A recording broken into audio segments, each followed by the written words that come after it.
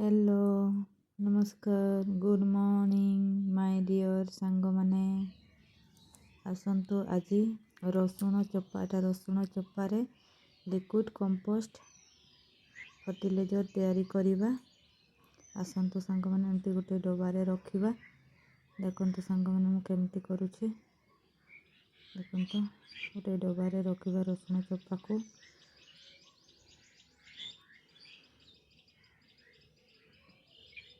सब से रखिदेबा। देखंतु सांग माने मु केमती करूछि, आपण माने भी एमती करंतु।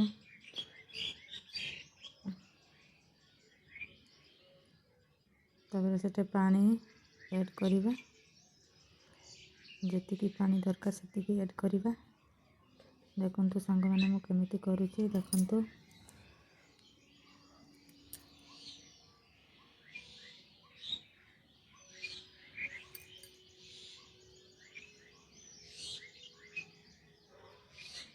पानी ऐड करिबा। ऐड सारिले एबे 10 दिन पई रखिबा गोटे साइड रे। 10 दिन पई गोटे साइड रे रखिबा।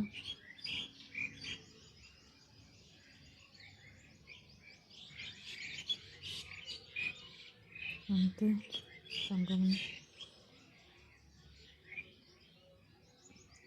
तो मु केमती करूछि। वीडियो को अधारे स्किप करंतुनी, फुल वॉच करंतु, नाइले आपण माने किछि जानि परिबेनी।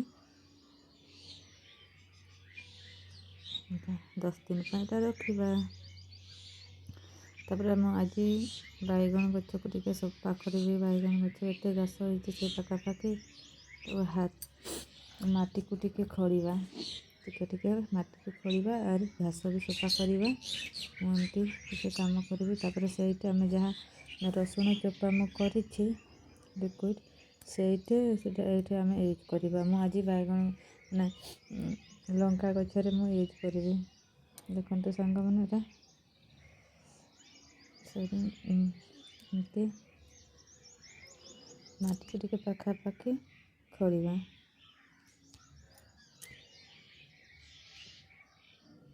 बहुत घास होइछि सांग माने, सप्ताह रे न सफा करले मो गार्डन रे एते घास होउछि, माने सप्ताह रे थोड़े टिके सफा करले जे हेबो। आज टाइम अभाव जो मो भल कि भी जतन करि पारुनी गार्डन को, आज टिके समय पाइछि। ताको टिके सफा करबा टिके सांग माने। देखंतु मु केमती करूछि। देखंतु सांग माने जने मोर भौणी देथिले लंका गछटा, मु निजे चारा करके लगेइछि। मार्केट रु किनिकी आनिनी। आपण माने भी मार्केट रु न आनिकी माने निजे चारा करंतु आ लगांतु। लंका गछ हो जहा गछ हो पनीपरिबा आपण लगाई पारिबे। निजे लगेइकी टिके लंका खाइबा बहुत, मते लंका खाइनी हेले भी लगेइबा को पडुछि। जागा अछि, मो हस्बैंड खांती एका हेले भी टिके लगौछि। बहुत प्रकार लंका मोर थिला, ब्लैक कलर रो आउ ग्रीन कलर रो 2 प्रकार लंका थिला और गोल लंका थिला और 3 प्रकार थिला लंका। देखा जाऊ ए लंकाटा को लंका बाहरुछि, को प्रकार लंका बाहरुछि। से तो कहूथिला से धान टाइप रो लंकाटा। देखा जाऊ कौन लंका बाहरुछि, ग्रीन बाहरुछि ना ब्लैक बाहरुछि ना कौन बाहरुछि। छोट छोट लंका बाहरु, जहाँ भी बाहरु हमर फल हेबा दरकार। फल न हेले हमको खुशी हेबनी। एते परिश्रम करिथिबो, देखला बेलको लंका फड़िबनी, हेले टिके मन दुख हेबो। मु बहुत काम करूछि आज।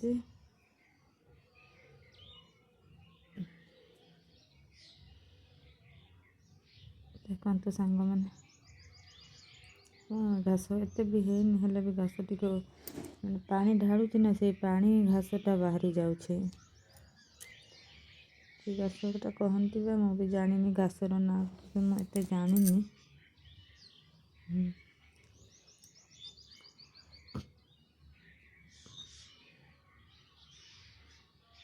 ଦେଖନ୍ତୁ ସାଙ୍ଗମାନେ, ମୁଁ ଗୋଟେ ହାତରେ କରୁଛି କାମ, ଗୋଟେ ହାତରେ ଫୋନ୍ ଧରିଛି। କ୍ୟାମେରା କରିବା ଟିକେ ଅସୁବିଧା ହେଉଛି ସାଙ୍ଗମାନେ, ଟିକେ ଆଡ଼ଜଷ୍ଟ କରନ୍ତୁ। ଭିଡ଼ିଓ ମୁଁ ଭଲ କି କରିପାରୁନି, ହେଲେ ମୁଁ ଚେଷ୍ଟା କରିଛି ଆପଣମାନଙ୍କ ପାଇଁ ମୋ ଭିଡ଼ିଓ କରିବା ପାଇଁ। ଦେଖନ୍ତୁ ସାଙ୍ଗମାନେ, ଗୋଟେ ହାତରେ ଫୋନ୍ ଧରିଛି, ଗୋଟେ ହାତରେ ମୁଁ ଏଟା 10 ଦିନ ପରେ ଆଜି ମୁଁ ଗୋଟେ ବାଲ୍ଟିରେ ଢାଳିବି। ଏଟା 10 ଦିନ ପରେ ତାକୁ ସେଇ ଲଙ୍କା ଗଛରେ ହିଁ ୟୁଜ୍ କରିବା।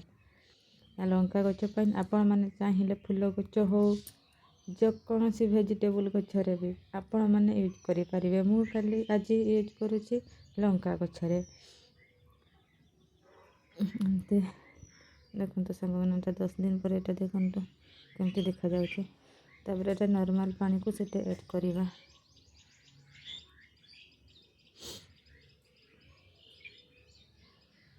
ଏଡ଼୍ କରିବା ମଗ୍ ସାହାଯ୍ୟରେ ମୁଁ ଢାଳୁଛି।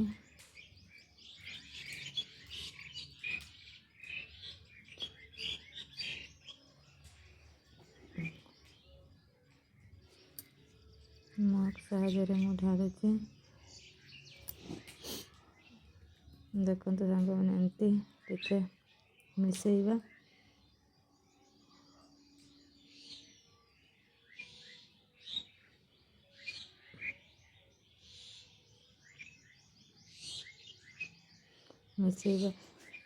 ଆପଣମାନେ ଦେଖନ୍ତୁ ମୁଁ କେମିତି କରୁଛି।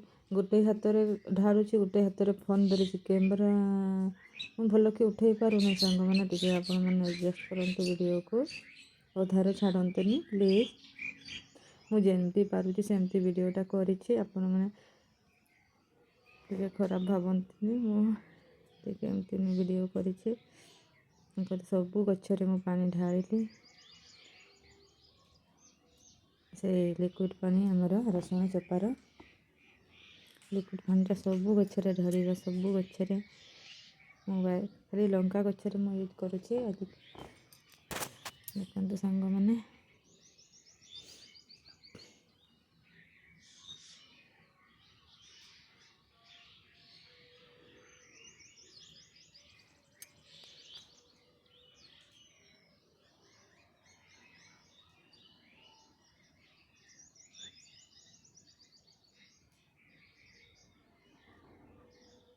ତ ଦେଖନ୍ତୁ ସାଙ୍ଗମାନେ, ସବୁ ମୁଁ ଢାଳି ସାରିଲିନି ଯେତିକି ବି ଥିଲା। ଦେଖନ୍ତୁ ସାଙ୍ଗମାନେ, 15 ଦିନ ପରେ ରେଜଲ୍ଟ କେତେ ସୁନ୍ଦର ଦେଖାଯାଉଛି ମୋର ଲଙ୍କା ଗଛ। ଦେଖନ୍ତୁ ସାଙ୍ଗମାନେ,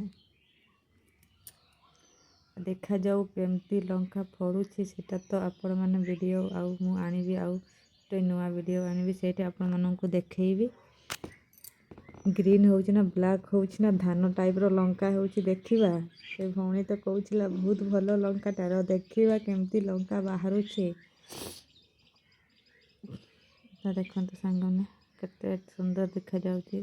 ସୁନ୍ଦର ତ ଦେଖାଯାଉଛି, ଫଳ ହେଉଛି ନା ନାହିଁ ଦେଖିବା। ଫଳ ହଉ, ଏତେ ପରିଶ୍ରମ କରୁଛି ମୁଁ। ଦେଖନ୍ତୁ, bye bye friend, bye bye. Thank you so much. Thanks for watching. Bye bye. Bye bye.